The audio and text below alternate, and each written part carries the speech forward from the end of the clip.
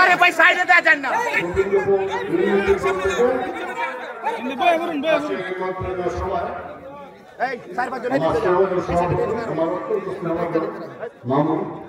উপস্থিত আমার সদস্য জেলা বেসরকারি নেতৃবৃন্দ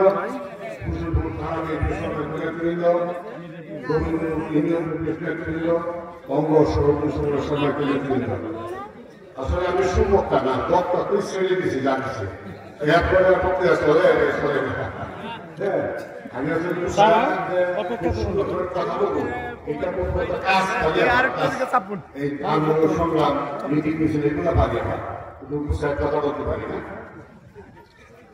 আমার রাজনৈতিক জীবন বিএনপি শুধু বিএনপি রাজনীতি করছি আমি 1979 সাল প্রায় 45 বছর এই 45 বছর আমি কিন্তু নেতৃত্ব দিয়েছি দলের কর্মী না পৌরবনের সভাপতি হিসাবে 1979 সালে আমি বিএনপিতে আমার রাজনীতি শুরু জেলা যুবকের আহ্বায়ক পৌর বিএনপির আহ্বায়ক সভাপতি জেলা বিএনপির সাধারণ সম্পাদক 3 বছর আমার দীর্ঘ রাজনৈতিক জীবনে আমার এই রাজনৈতিক করতে করতে ব্যবসা বাণিজ্য কিছু করতে পারি না আমার পরিবারকে বুঝাতে পারি না যে সময় আমি ব্যবসা শুরু করছি তখন একটা ব্যবসায় একটা স্বর্ণ দিই বিশেষ করে ঠিকাদারি ব্যবসাটা আমার একটা স্বর্ণ ছিল মানে দ্রুত টাকা বানানোর একটা সময় ছিল কিন্তু রাজনীতি বিএনপি রাজনীতি ঢুকতে আমার হরিগুলা ব্যবসা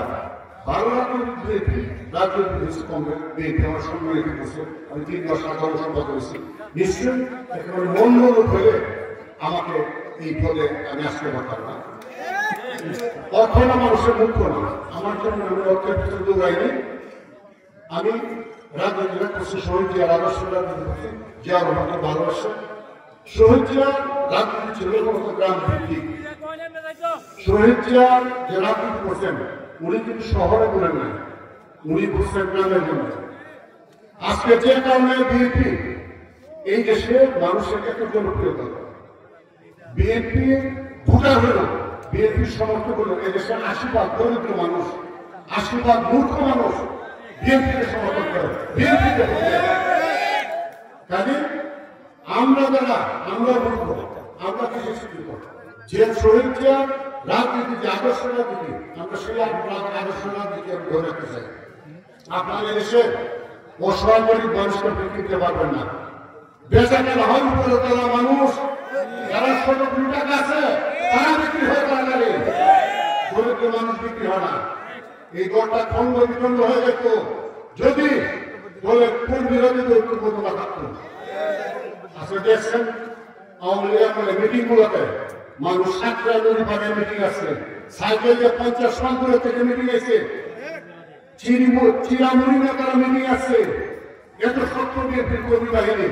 তারা কর্মীরা নেতা হতে চায় না কর্মীরা টাকা চায় না শুধু দলকে ভালোবাসে এই জন্য এই দলটা এখনো এই দেশে জনপ্রিয় দল এই জন্য শত ষড়যন্ত্র করে এই দলকে কেউ ভাবতে পারে না এই দলকে খন্ড বিখণ্ড করা শহীদ জিয়ার আদর্শকে দেশ থেকে মুছে ফেলা অনেক চক্রান্ত হয়েছে চক্রান্তের প্রথম শুরু 1933 সালে শহীদ জিয়াকে হত্যার মধ্যে দিয়ে এই চক্রান্ত শুরু হয় তখন থেকে এই চক্রান্ত কিন্তু নস্বাত হয়ে যায় কারণ শহীদ জিয়ার আদর্শ গ্রামে গঞ্জে দেখছেন গ্রামে গঞ্জে 20 মাইল 30 মাইল আসছে উদাহরণে একটা গ্রামে একটা শ্রমিকের বাড়িতে ঢুকিয়া শ্রমিকের মাকে বলছে নরম বউকে বলছে যে বোন আমার পূজা আছে খাওয়ান দাও যা দিয়েছে তাই পাইছে শহীদ জিয়া ছিলেন সাধারণ মানুষের নেতা আমরা তার আদর্শের সঙ্গে হয়ে আমরা জ্ঞানী হতে চাই না আমরা মূর্খ হয়ে থাকতে চাই আমি শুধু বলি বিএনপিকে বৃহৎ ভাইয়েরা এই দলে অনেক প্রার্থীরা বিশ্বাস এখন আমাদের ঐক্যের প্রয়োজন আজকে দেশটার তারপরে করতে আমাদের মুসলাম হোসেন থেকে নিয়ে উনি নির্দেশ দিয়েছেন অনুরোধ করেছেন কারণ আজকে যে প্রধানমন্ত্রী ঘোষিত ফেব্রুয়ারির প্রথম দিকে যে নির্বাচনের ঘোষণা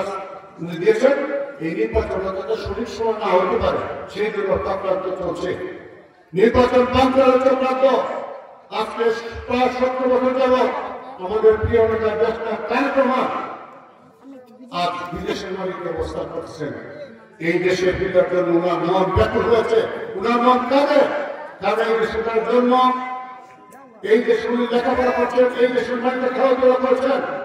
উনি দেশে আসতে পারছেন না, চক্রান্ত হচ্ছে। আজকে আমাদের ঐক্যবদ্ধ থাকতে হবে।